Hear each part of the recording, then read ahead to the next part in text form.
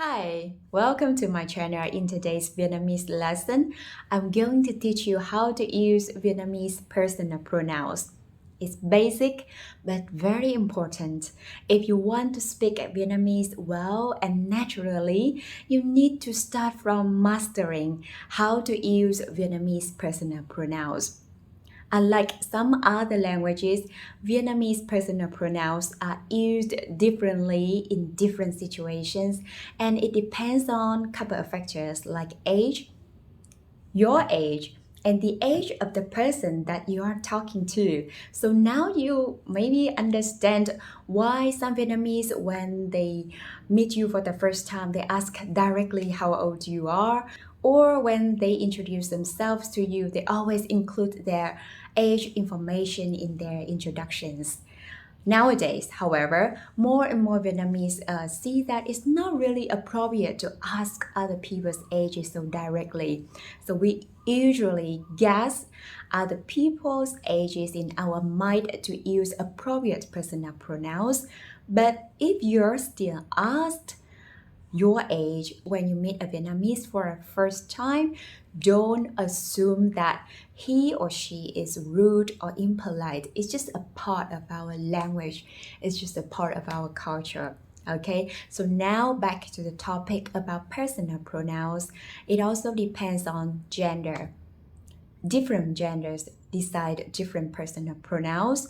Generations, the person that you are talking to at your same age or at your parents' generation or your grandparents' generations, the level of relationship, the person you're talking to is just a person you randomly meet, or your acquaintance, or your close friend, or a really intimate relationship like with your boyfriend or girlfriend or with your spouse. We all have different personal pronouns for those different relationships. But don't give up so soon. It sounds complicated, but it's not as difficult as you're thinking now, because I'm going to break it down into different small parts. Now, let's learn how to use I and you in Vietnamese. Tôi as I, tôi, bạn, bạn is you. Tôi and bạn are used in a very formal situation, not casual, very formal, especially tôi when you address yourself as tôi, when you're talking with a person at the same age and you want to keep a distance with that person. You don't want to act too casually, you don't want to be friendly, over friendly so soon with that person. So you can use tôi when you address yourself. Tôi tên là Huệ. Bạn tên là gì? Tôi tên là Huệ. Bạn tên là gì?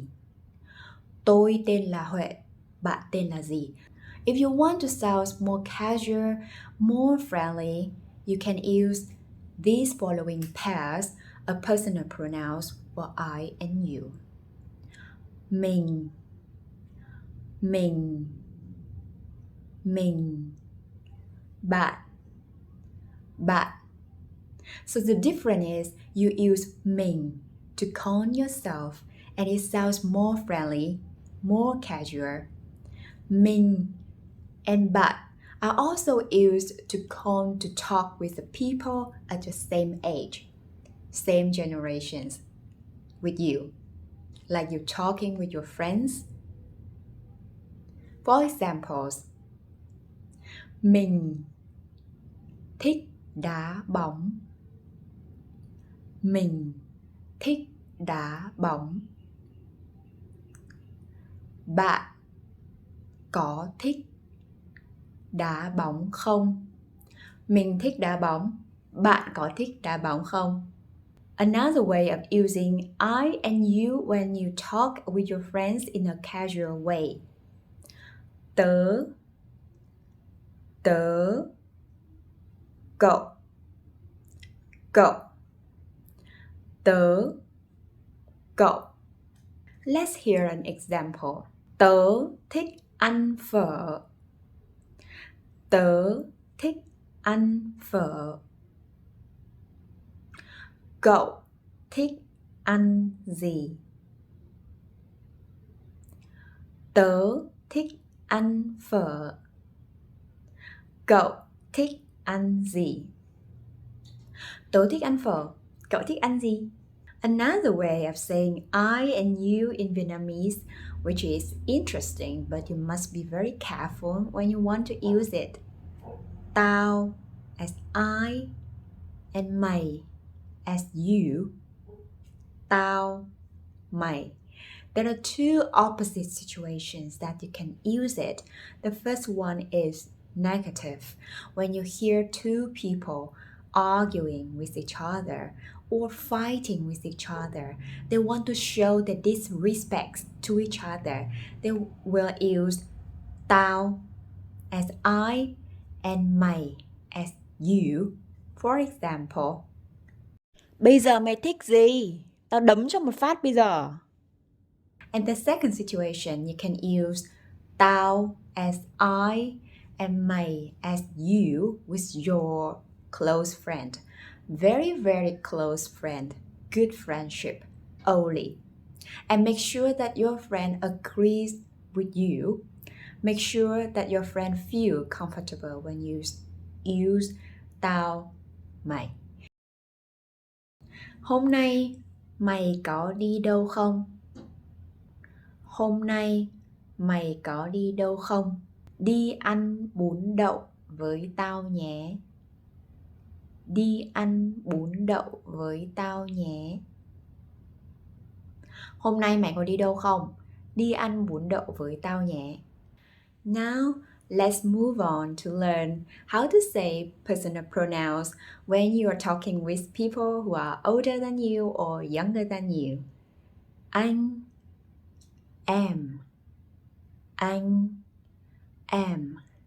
Anh has the meaning of an older brother in family, so you can say đây là anh mình. Đây là anh mình. This is my elder brother. Anh is used for I when I is a male, and older than the person you're talking to, but not too much older. Let's say less than 10 years old. But there are also some exceptions. In some working environments, people also prefer to be called anh, even they are so much older than others. Em can be used for both males and females and must be younger than anh. Younger than anh. Let's hear an example. Anh đói quá. Anh đói quá. Em nấu cơm đi. Anh đói quá, em nấu cơm đi. Em viết cho anh bản báo cáo này. Em viết cho anh bản báo cáo này. Em, anh. Em, anh. Em is used for I when I is a male or a female and must be younger than the person you're talking to. Anh is used for you when you is a male and must be older than em. Okay, it's a little bit confusing. So let's hear more examples. Em không thích ăn phở. Em không thích ăn phở. Em không thích ăn phở. Anh thích ăn gì? Anh thích ăn gì? Chị. Em. Chị. Em. Chị has its own meaning as an older sister, so you can say đây là chị mình. This is my older sister. And chị is used for I when I is a female. Chị, a female, and older than a person you're talking to. Am, yes, the same is female or male and younger than chị. Chị muốn đi mua đồ. Chị muốn đi mua đồ.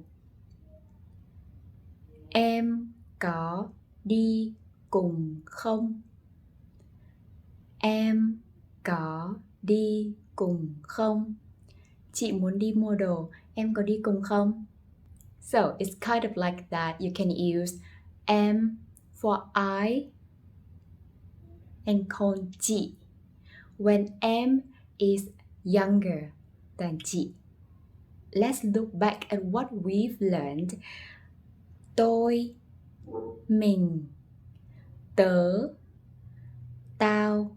You can see that tôi, mình, tớ, tao is used for first person only. It only can mean I.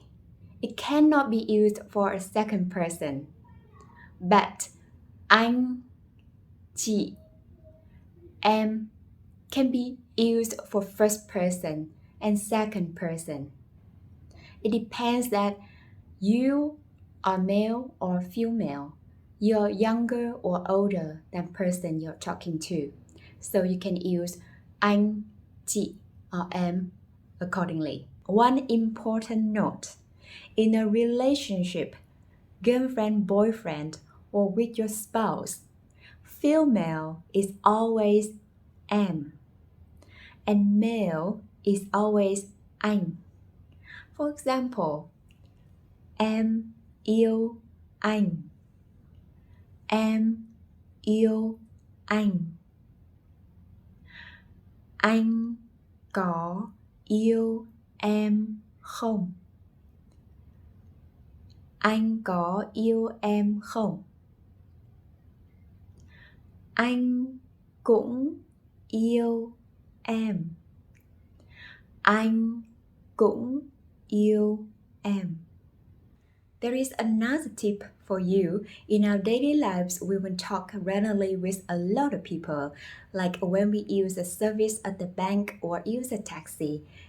And when you're not so clear about that person you're talking to is older than you or at the same age or a little bit younger than you. So how to use appropriate personal pronouns? We Vietnamese, in this case, we always call the male is anh and the female is chị. And we will dress ourselves as em to show our respect with the person we are talking to. For example, em cảm ơn anh. Em cảm ơn anh. Em cảm ơn chị. Chị ơi, cho em hỏi một xíu. Chị ơi, cho em hỏi một xíu. Anh ơi, cho em hỏi. Anh ơi, cho em hỏi.